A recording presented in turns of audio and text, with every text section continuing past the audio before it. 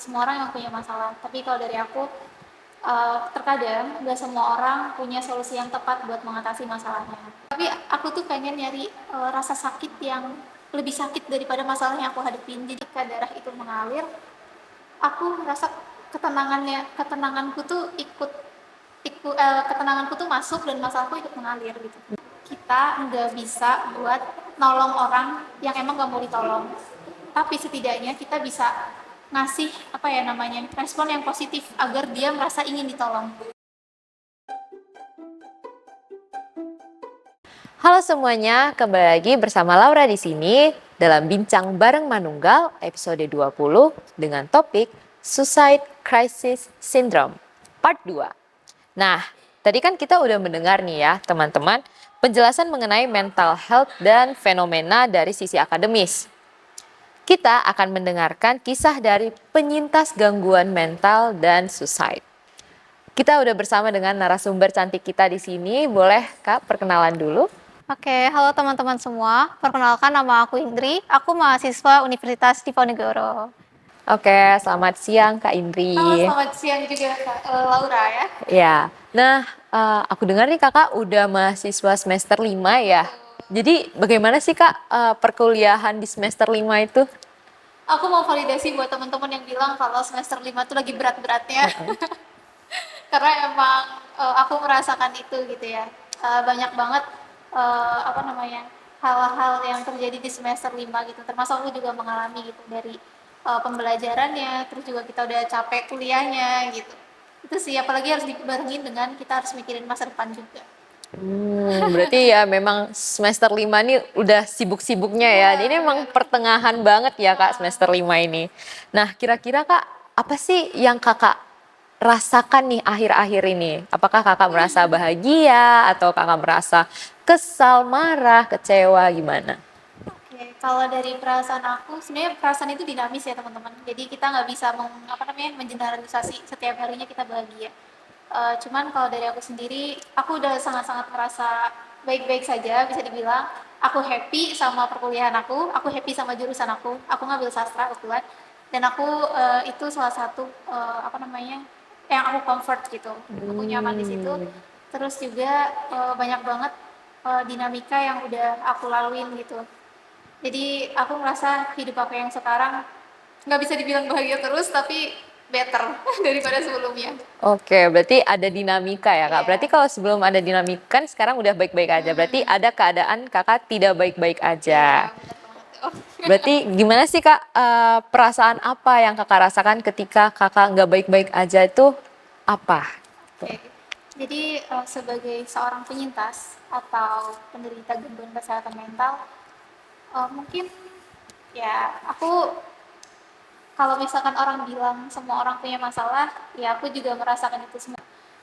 Mungkin dari kita, nggak cuma dari aku, kita pernah gitu mengalami masa-masa down atau masa-masa tidak menyenangkan gitu ya dalam hidup gitu. Ya aku pun pernah merasakan itu gitu. Khususnya di liburan kemarin gitu. Di liburan kemarin tuh banyak banget pressure yang harus aku tanganin gitu. Jadi itu ngebuat aku benar-benar down. Perasaan aku ketika down itu, kalau mungkin orang apa namanya berspekulasi gitu bahwa perasaan down itu cuman sedih, kesepian gitu, tapi yang aku pribadi rasain lebih dari itu, lebih dari sedih. Sedihnya tuh bisa yang sedih banget, kayak dengerin lagu sedih aja kayaknya aku deh yang paling disakitin gitu, terus ngerasa sendiri juga. Tapi ada satu momen dimana aku nggak ngerasa apa-apa, aku nggak ngerasa, aku heartless aja gitu, aku nggak ngerasa seneng, bahagia, kasihan, nggak ada. Oh, berarti berbeda lah ya Iya dengan benar. Kakak yang sekarang. Kira-kira apa sih Kak, faktor atau hal yang memicu gitu perasaan ketika Kakak down itu ada nggak sih hal-hal yang memicu kayak, aduh aku ini aja udah langsung sedih gitu gimana? Aduh, sebenarnya banyak banget ya, dan mungkin setiap orang beda-beda gitu. Cuman kalau di aku pribadi, aku tuh sebenarnya anaknya takut banget kehilangan. Itu kenapa aku nggak bisa deket sama cowok, nggak bisa PDKT-an. Terus punya temen aja sebenarnya aku nggak pilih-pilih, tapi aku takut kehilangan. Jadi aku gimana ya, membatasi diri gitu loh. Karena aku tahu setiap pertemuan itu ada perpisahan. Dan aku takut sama perpisahan itu. Aku takut kehilangan. Jadi pas aku down itu, salah satu momen yang aku rasain emang aku kehilangan banyak orang, aku dikhianatin sama teman sendiri, terus cowok aku selingkuh. Jadi kehilangan yang berturut-turut seperti itu membuat aku down banget, balik lagi ke masa yang sedown itu. Iya sih benar sih. Aku pernah dengar juga kutipan dari film tuh semakin banyak orang yang masuk di kehidupan kita tuh kayak Iya, semakin banyak juga kehilangan yang akan terjadi gitu nggak benar, sih? benar banget. Aku ngerasain juga sih. Nah, kira-kira kakak ngerasain nggak sih dari kapan sih kakak mulai merasa ada perubahan di dalam diri kakak? Kalau perubahan secara kehidupan itu nggak instan ya. Jadi benar-benar aku step by step. Jadi aku ngikutin saran dari psikiater gitu buat coba journaling dulu, coba jalan-jalan malam atau sore, coba lihat sunset ke pantai gitu. Ya aku jalanin itu gitu. Nggak dengan tujuan healing ya teman-teman, tapi dengan tujuan kayak aku pengen ada satu perubahan di hidup aku. Aku kan orangnya introvert. Aku cuma berteman dengan buku, novel, komik gitu. Aku susah gitu buat berinteraksi dengan orang baru. Jadi aku coba hal-hal baru gitu buat keluar, nyapa orang di jalan, nyapa kucing di jalan. Itu step by step sampai akhirnya aku bisa buat berani buat jadi speaker gitu, ngomong tentang kesehatan mental atau ngomongin banyak hal yang emang aku pengen. Berarti maaf ya kak, berarti kakak sekarang masih menjalani pengobatan ke Iya psikiater. benar. Aku belum terputus ya teman-teman. Aku masih jadi pasien. Tapi sudah lebih baikan Iya. berarti ya. Nah, Oke. Oke. Tadi ngomong-ngomong soal lagi down nih. Apakah pernah kakak terfikirkan atau mungkin pernah terlakukan ah, perlakuan-perlakuan yang dapat menyakiti diri kakak sendiri? iya. Oke. Pernah, of course loh.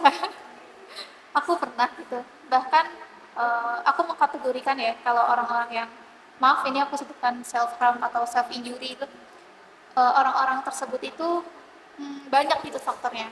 Nah kalau di aku sendiri terkadang aku tuh melakukan itu dengan tanpa apa ya namanya, dengan tanpa sadar. Jadi tahu-tahu kok udah banyak gitu darahnya, terus aku ngambil tisu, aku lapin darahnya, aku obatin gitu. Kayak ada momen dimana aku nggak ngerasa aku ngelakuin itu gitu loh, aku ngelakuin self harm. Tapi ada juga satu momen dimana aku itu ngelakuin melukai diri sendiri itu karena enggak, aku sama sekali nggak pengen mati, enggak ya teman-teman.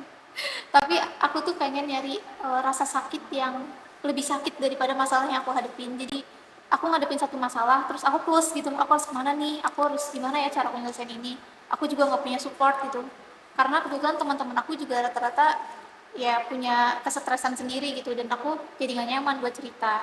Jadi ya udah deh akhirnya kayak saking keselnya gitu kayak terus langsung gitu, dan itu bener-bener ya gitu aja, terjadi gitu aja. Hmm. Berarti ya kita sudah masuk ke topik yang sensitif ini ya Iya, iya. teman-teman. Jadi disclaimer aja ini hanya untuk edukasi Iya, teman-teman. benar-benar. Dan juga ini apa ya langkah untuk memberikan concern isu untuk mengangkat isu ini juga gitu. Nah, aku mau nanya lagi nih Kak.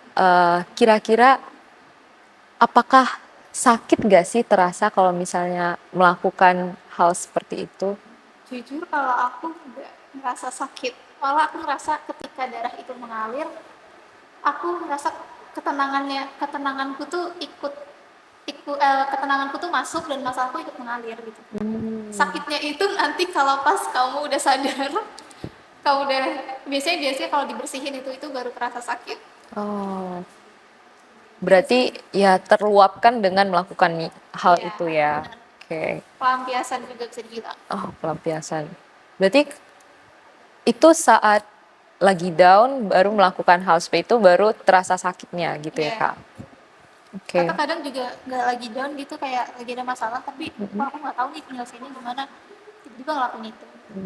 Dan namanya menyakiti diri atau melukai tubuh ya tadi dibilang itu nggak cuma self harm, ada menjambak rambut atau ngegetokin pala ke tembok gitu, kayak ngejepretin dengan sengaja, mukul-mukul dada, itu juga termasuk salah satu bentuk melukai tubuh yang kadang kita sebagai pengidap atau penyintas sadar dan nggak sadar ngelakuin itu. Hmm, kira-kira ada nggak sih yang memicu hal tersebut? Misalnya kayak lagi ngapain gitu, terus kayak membuat kita ke-trigger gitu terus melakukan hal itu? Kalau dari aku biasanya kalau hal-hal kayak gitu tergantung dari seseorang itu traumanya apa atau apa sih yang dia takutin gitu. Kayak aku takut kehilangan kan. Jadi ketika aku merasa aku kehilangan, aku akan melakukan itu. Sama kayak aku takut gelap dan ruang sempit. Jadi ketika gelap dan ruang sempit, aku merasa kayak aku takut gitu, aku panik dan aku ngelakuin itu gitu. Ya gitu deh. Dan setiap orang pastinya beda-beda ya teman-teman. Mungkin aku kayak gitu gitu. Karena traumatis aku adalah ditinggalkan gitu. Apakah berarti itu sering nggak sih Kak terjadi? Sering banget. Apalagi kalau misalnya lagi stres tugas. Jadi kalau apa ya, stres tugas itu jadi kayak pancingan buat memanggil stres-stres yang lain. Jujur. Itu aku sering kepancing sih di situ. Baik, baik. Nah, kira-kira ada nggak sih terbesit dalam pikiran kakak itu untuk menyerah dalam hidup? Oh, I see. Menyerah ini dalam artian kayak gue mau udahan aja lah dari hobi ini, mau live mau logout. Pernah, aku udah percobaan 2 kali. Yang pertama itu dengan cara overdosis obat. Cuman di saat itu, di ambang kesadaran itu, aku kayak aku tuh aku tuh sadar ketika ada orang yang nge-like story Instagram aku dan aku akan merasa bersalah ketika aku mohon maaf aku tiada dan orang itu akan merasa bersalah loh ini kan orang yang gue like IG-nya kok tiba-tiba mati bunuh diri. Nah karena aku takut merasa bersalah seperti itu aku pengen nggak aku harus sembuh. Terus di situ aku nelpon salah satu temen aku yang mungkin ini agak sedikit bikin aku sakit hati ya kamu juga mungkin. Dia itu satu-satunya orang yang aku ingat ketika aku membutuhkan pertolongan. Tapi kamu tahu dia jawabannya apa? Sorry ya aku ada kelas. Oh, sedih Sakit banget banget ya itu itu. sih, sedih banget. Dan di saat itu aku kayak akhirnya aku nyari pertolongan yang lain. Aku pesan Gojek sendiri, terus aku minta dianterin gitu buat ke klinik. Wah, ini relate banget dengan pertanyaan saya selanjutnya ini ya. Tadi kalau kakak bilang udah pernah melakukan percobaan, berarti ya meminta pertolongan gitu. Berarti Iya. selama ini kakak meminta pertolongannya hanya kepada teman atau ada dengan siapa lagi kakak berusaha meminta pertolongan? Kalau misalkan untuk suicide itu sendiri, jujur aku nggak pernah minta tolong. Jadi itu satu-satunya suicide itu yang aku kepikiran buat nelpon orang karena ada orang yang like Instagram aku. Jadi aku kepikiran buat aku harus hidup gitu. Tapi kalau di percobaan yang kedua itu aku pakai ini self harm. Itu udah sangat mendekati nadi tuh. Cuman temen aku datang bertamu, jadi nggak jadi. Jadi kalau sebenarnya aku meminta pertolongan langsung, itu nggak pernah secara langsung minta pertolongan gitu. Tapi kalau untuk gangguan kesehatan mentalnya sendiri gitu ya, untuk mengobati diagnosis aku minta pertolongannya itu aku langsung ke ahli, langsung ke psikiater. Jadi saran-saran dari beliau aku terapin gitu sebisa mungkin. Berarti untuk saat ini kalau misalnya saat udah melakukan percobaan itu tidak meminta pertolongan secara langsung ya, tapi Iya, pertolongan itu yang datang ya Kak. banyak kayak Baik, gitu baik. pertolongannya yang datang. Oke, kayak apa sih Kak usaha-usaha Kakak tuh untuk apa ya? Untuk supaya Kakak nggak kepikiran kayak gitu lagi tuh dengan apa usaha Kakak? Usahanya adalah aku harus menciptakan branding positif untuk diri aku. Jadi aku tuh merasa bahwa selama ini aku terlalu jahat sama diri aku sendiri. Aku terlalu memforsir kayak kamu harus kayak gini. Disclaimer ya. Jadi sebab dari aku mengalami gangguan kesehatan mental itu adalah karena aku merasa tertekan secara akademik. Jujur, karena orang tua aku buta huruf. Dan aku anak beasiswa. Aku selalu paralel satu. Aku nggak pernah peringkatnya turun. Wah, itu pressure banget sih, ya. Ya. Terus aku masuk ke Undip pun jalur beasiswa. Baik, baik. Jadi apa ya? Aku harus, pokoknya aku harus bisa gitu. Nah, itu tuh ngebuat aku jadi, ya udah mau gak mau, lu harus memporsir diri lu gitu. Yang itu secara nggak sengaja udah menciptakan branding bagus buat aku sebenarnya. Cuman karena aku jahat sama diri aku sendiri, respon dari tubuh aku yang gak bagus gitu. Dari overthinkingnya, terus dari bagaimana aku menjalani hidup gitu. Aku kayaknya nggak pernah makan sayur, minum air putih itu jarang banget kalau nggak diingetin gitu kan.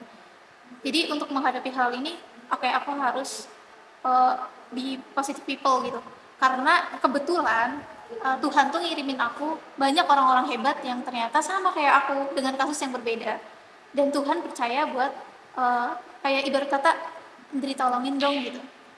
Jadi aku harus minimal kalau aku nggak bisa hidup buat diri aku sendiri, aku tuh selalu mau aku selalu bilang kayak Indri itu udah mati yang kemarin, yang sekarang ya Indri yang baru gitu. Jadi aku menciptain branding positif itu macam-macam. Aku nulis wetpad, aku bikin VN tengah malam jam 1. Wah, Karena VN di mana itu? aku bikin SW yang isinya tuh VN karena aku Oh. tahu teman-teman yang sama kayak aku gitu ya, Mm-mm. depresi, terus cenderung ke suicidal, terus orang-orang gangguan kesehatan mental itu jarang banget tidur malam karena mereka nggak bisa tidur. Hmm. Jadi aku kan kalau misalkan aku telepon atau aku chat nggak bisa semuanya kerangkul kan. Jadi aku gimana caranya biar aku bisa nemenin mereka semua. Jadi aku bikin VM. Terus kadang mereka reply kayak gitu. Dan itu respon dari mereka tuh juga ngebuat aku sembuh secara aku nggak sadar gitu, kayak wah aku dibutuhin gitu. Dan ternyata lo nggak seburuk itu Indri gitu. Berarti memang harus tekad ya Kak, tekad Iya dari dalam benar-benar. diri sendiri. Pernah nggak sih Kak kayak ada orang yang misalnya Kakak cerita nih dengan orang lain, tapi tuh orang lainnya tuh responnya ya kamu tuh harusnya nggak boleh kayak gitu, harus gimana? Dan apakah itu seberpengaruh itu dengan Kakak gitu? Sebenarnya berpengaruh banget ya teman-teman. Jadi uh, emang ya benar kita nggak bisa loh kayak ngebentuk karakter orang kayak semua orang harus baik ke kita, kan kita nggak bisa ya, ada orang yang suka dan nggak suka sama kita. Jadi kita nggak bisa gitu loh menjaring respon-respon orang-orang ke kita kayak harus positif semua gitu. Terkadang banyak kok orang-orang yang responnya negatif atau sebenarnya mereka nganggapnya bercanda gitu-gitu kan, tapi kita nganggapnya wah kepikiran gitu kan. Itu, dan apakah itu sangat berdampak? Sangat sih kalau dari aku, karena kalimat yang nggak sengaja kamu ucapin itu bikin kita, kalau bahasa gampangnya itu ke trigger ya. Kalau bahasaku sih lebih ke kepikiran banget gitu. Aku setiap mau makan mau apa jadi kepikiran kata-kata yang kayak gitu. Jadi aku ngerasa kayak wah apa aku oversharing ya, kok orang responnya kayak gini gitu kan, apa aku ada salah ngomong ya ke dia gitu, kok orang responnya kayak seakan-akan nggak mau dengerin aku cerita lagi Oh gitu. iya. Gitu sih. Jadi untuk aku juga mau disclaimer gitu, kita nggak bisa buat nolong orang yang emang nggak mau ditolong, tapi setidaknya kita bisa ngasih respon yang positif agar dia merasa ingin ditolong. Itu sih menurut aku. Oke. Nah, ngomong respon nih ya Iya. Kak. Tadi kita baru bilang, Kakak bilang nggak semua orang bisa ditolong. Berarti sebenarnya apa sih respon yang paling tepat gitu Kak? Oh, atau yang Kakak harapkan ketika Kakak tuh menceritakan eh, hal-hal yang buruk gitu atau hal-hal yang membuat Kakak down atau yang membuat Kakak kepikiran gitu. Oke. Lagi-lagi aku bilang semua orang beda-beda ya. Jadi kita harus tahu dulu nih karakter dari setiap orangnya. Kayak yang tadi aku bilang kan, aku punya teman-teman yang kebetulan sama kayak aku. Nah itu kalau dijumlah bisa lebih dari 9. Dan masing-masing orang ya itu dengan background yang beda-beda. Ada yang PTSD, ada yang OCD, terus ada yang bipolar. Gitu. Aku nge-treatmentnya harus berbeda. Karena yang mereka butuhkan berbeda. Nah termasuk yang aku harapkan orang-orang ke aku. Jadi uh, dengan gangguan depresi yang aku miliki, aku berharap uh, orang tuh nggak terlalu pendek untuk untuk memberikan solusi gitu. Kayak misal aku cerita terus mereka nyuruh aku ibadah gitu. Aku ibadah, aku sholat, aku ibadah gitu, aku mengaji. Cuman ketika waham itu datang atau ketika delusi itu datang kan gak bisa dong aku sholat sambil ngeliatin delusi aku yang muter-muter itu dan suara yang berputar-putar di kepalaku gitu. Kan apa berarti kuncinya sabar dulu kan, kita Mm-mm. harus bisa nenangin dulu gitu. Nah itu yang aku harapin dari orang-orang, termasuk trik atau treatmentnya gitu. Kita harus tahu dulu nih orang nih butuhnya di kayak gimanain. Iya benar sih. Berarti ya tidak bisa instan Iya. langsung sembuh, maksudnya langsung melakukan hal-hal yang sepantasnya Iya. gitu ya. Tapi ya bertahap gitu ya Kak. Cuman ada satu hal yang aku ambil, teman-teman yang punya gangguan kesehatan mental atau penyintas suicidal gitu, mereka itu sangat-sangat butuh untuk diawasi meskipun mereka nggak bilang itu. Jadi kalau misalkan kalian nggak bisa nemenin atau kalian takut nemenin karena kalian nggak tahu nih apa sih pertolongan pertama yang harus gue kasih kalau temen gue kumat gitu. Kalian nggak tahu apa yang harus kalian lakuin gitu. Nggak semua dari mereka itu butuh ditemenin, tapi semua dari mereka butuh buat diawasin. Karena kita dengan diri kita sendiri itu nggak damai. Ya, Selalu ada perpecahan gitu loh di dalam diri kita, entah itu dengan karakter kita sendiri, dengan pikiran kita sendiri. Jadi kita harus diawasin gitu. Nah itu sih yang kayaknya semua orang perlu notice itu gitu. Kalau dari aku. berarti ketika kakak menyadari nih kak, kakak punya kesehatan mental, berarti itu kan ada tahapnya ya, nggak langsung kakak tahu, oh aku nih punya kesehatan gangguan nih kan. Itu bagaimana sih tahapnya? Apa awal terindikasinya itu bagaimana? Kalau awal terindikasinya tuh pertama dari pola hidup gitu. Pola hidup aku tuh udah berantakan banget, dan karena pola hidup yang kayak gitu, pola pikir aku juga jadi terpengaruh. Aku jadi apa namanya, emosinya bercabang gitu, gampang sedih, gampang marah-marah gitu. Eh, Kepositifan dari diri aku tuh semakin gak ada. Terus buat berinteraksi sama orang aku nggak mau. Kayak orang-orang baru itu aku takut gitu loh, kayak nggak deh gitu. Bahkan untuk pesen makan aja, aku kalau makan sama temen aku harus temen aku yang pesenin. Aku nggak aku takut gitu buat pesen sendiri. Nah aku ngerasa kayak wah ini gue aneh banget nih. Nah dari situ gue kayak aku nggak langsung ke psikiater ya, tapi aku coba ngobrol dulu ke psikolog, psikolog dulu. Terus dari psikolog ini kayaknya semakin kan udah beberapa kali aku ketemuan sama psikolog, terus psikolognya bilang eh, untuk menghadapi ini kamu kayaknya butuh bantuan obat. Terus ya udah aku dirujuk ke psikiater. Dan Oh, sampai sekarang. oke, baik.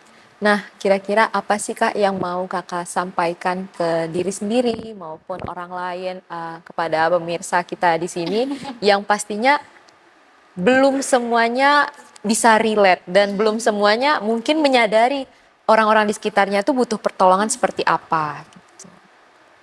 Mendengar kabar bahwa kalian abai gitu sama kesehatan mental tuh membuat aku sedih jujur. Kesehatan mental kita itu penting teman-teman. Jadi kalau misalkan kalian menghadapi sesuatu yang sulit gitu, kalian udah buntu banget nih, aku nggak punya siapa-siapa untuk dipertahanin gitu, termasuk diri aku sendiri gitu mungkin. Tolong ingat hal-hal apa yang membuat kalian memilih untuk berada di tahap itu gitu. Kayak misal aku stres dalam akademik, ya ketika aku menghadapi itu aku berpikir kayak apa sih alasan yang membuat aku memilih undip, apa sih alasan yang membuat aku memilih untuk menapaki jalan ini gitu, daripada teman-teman aku yang lebih milih kerja gitu. Kalau misalkan itu hal itu terlalu berat buat kalian, pikirin deh makanan kesukaan kalian yang besok udah nggak kalian makan. Atau pikirin apa namanya, teman-teman kalian yang mungkin nunggu cerita kalian selanjutnya, atau mungkin nunggu kalian ngabarin yuk ke bioskop bareng tapi kalian nggak ada. Pikirin orang-orang, mungkin ada banyak banget orang yang bilang begini loh, kayak orang bunuh diri tuh disedihkan atau ditangiskan tuh cuma beberapa hari aja, habis itu juga dilupain gitu. Tapi buat orang-orang yang benar-benar sayang sama kamu, itu bakal jadi hari-hari yang berat. Karena aku sendiri di sini, aku juga ditinggal oleh seseorang yang spesial buat aku, dan itu ngebuat aku sampai sekarang nggak beranjak dari masa-masa sedih itu gitu. Dan rasa sayang itu nggak harus disuarakan dengan I love you atau aku sayang kamu gitu. Banyak banget kasih sayang yang banyak bentuknya gitu. Itulah teman-teman. Oke. Dan terakhir nih Kak, untuk orang lain nih Kak yang masih awam banget dengan gangguan mental ataupun orang-orang yang sedang ataupun orang penyintas gitu, kira-kira apa yang mau Kakak sampaikan? Buat orang-orang yang masih awam gitu sama gangguan kesehatan mental, mungkin kalian berpikir kalau orang-orang yang kena gangguan kesehatan mental tuh orang-orang yang gila gitu ya. Kalian langsung mendiagnosis sendiri gitu kayak gitu. Teman-teman tolong aware gitu sama satu sama lain. Kita sebagai manusia kita nggak hidup sendiri dong. Sebagai makhluk sosial kita saling membutuhkan. Jadi tolong banget gitu diperhatikan kalimatnya, diperhatikan tindakannya gitu. Nggak ada salahnya kok belajar tipis-tipis tentang kepribadian gitu, kayak ketika seseorang meninggalkan kamu coba tanyain deh kenapa ya orang ninggalin aku gitu. Nggak ada salahnya buat belajar setipis-tipis dulu gitu buat saling mengerti. Kalau misalkan kamu nggak bisa mengobati, tolong jangan jadi pelaku yang membunuh. Itu sih kalau dari aku. Oke. Terima kasih atas Oke. waktunya dan ceritanya, Kak. Semoga bisa bermanfaat buat pemirsa kita yang ada di Bincang Bareng Manunggal hari ini. Oke, aku mau pesan terakhir ya. Teman-teman, kalau gangguan mental itu sudah ada, teman-teman, dan bukan hanya di film-film saja. Semua orang yang merasakannya itu mungkin ada di sekitar kita, tapi mungkin kita tidak menyadarinya. Harapan adalah hal yang sangat dibutuhkan oleh kita semua. Tentunya untuk hidup kita harus punya harapan, bukan? Jadi untuk kita yang sebagai pendengar, kita harus memberikan harapan tersebut. Oke, kembali lagi nanti bersama saya di sini Laura. Terima kasih. Terima kasih teman-teman.